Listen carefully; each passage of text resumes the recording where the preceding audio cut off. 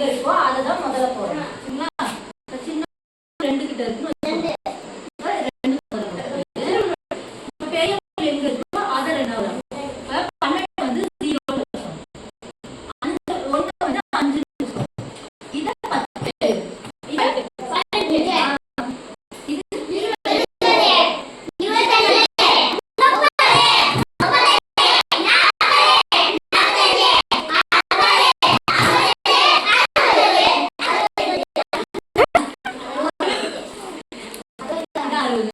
சரிங்களா?